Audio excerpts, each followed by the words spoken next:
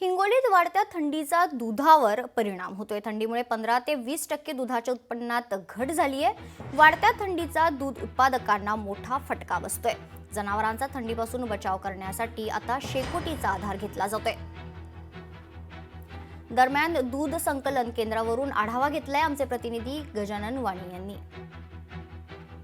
हिंगोली जिल्ह्यामध्ये मागील 8 दिवसापासून थंडीचा जोर वाढलेला आहे। याचाच फटका आता दूध उत्पादनावर होतोय। मी सध्या हिंगोलीच्या बर्मपूर येथील एका शेतकऱ्याच्या गोठ्यामध्ये बघू शकता की गोठ्यावरती आहे आणि या ठिकाणी या थंडी जी आहे ती मागे 8 दिवसापासून चांगला जोर वाढल्यामुळे याचा फटका जो आहे तो दूध उत्पादक शेतकऱ्यांना बसतोय। कारण की या ठिकाणी जे दूध आहे त्या दुधाचे जवळपास 15 ते 20% घट झालेली आहे। कारण की 15 दिवसापासून चांगला थंडीचा जोर वाढलेला आहे। याचाच फटका आता जे आहे ते दूध उत्पादक शेतकऱ्यांना बसतोय। बघू शकता हे शेतकरी आहे, त्यांच्याकडे जवळपास 8 म्हशी आहेत आणि या 8 म्हशीच्या माध्यमातून हे दूध काढतात। मात्र मागील 8 दिवसांची जी थंडी वाढली जवळपास 15 ते 20% घट झालेली आहे आणि अति थंडीमुळे जनावरांचे स्थायू आखडतात, त्यामुळे जनावरे लगडतात आणि त्याची त्वचा खरबडत होते। दुधाळ जनावर पाना व्यवस्थित सोडत नाही, त्यामुळे दूध उत्पादनाची घट होऊन दुधाचा दर्जाही होत आहे। बघू शकता की या ठिकाणी शेतकरी आहे दूध काढतात, मात्र या ठिकाणी अति थंडी वाढलेली आहे आणि या ठिकाणी शेतकरी या जनावरांना ऊब देण्यासाठी या ठिकाणी शेकोटीचा आधार घेऊन या ठिकाणी जे आहे ते जनावरांना ऊब देण्याचं काम या ठिकाणी सुरू आहे। कारण की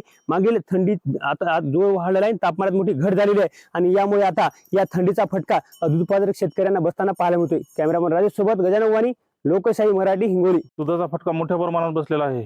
पहिलं 8 म्हशीचं 60 लिटर दूध निघत जाय, आता यावेळेस जवळपास 10-15 लिटर दूध कमी द्यायला येतात म्हशी। कारण की चाऱ्यात बदल केलेला आहे, सर्व केलेले आहे, पण भयानक थंडी पडलेली आहे। नुकसान मोठ्या प्रमाणात जवळपास 800-900 रुपयाचं नुकसान व्हायला एका याच्या मागं।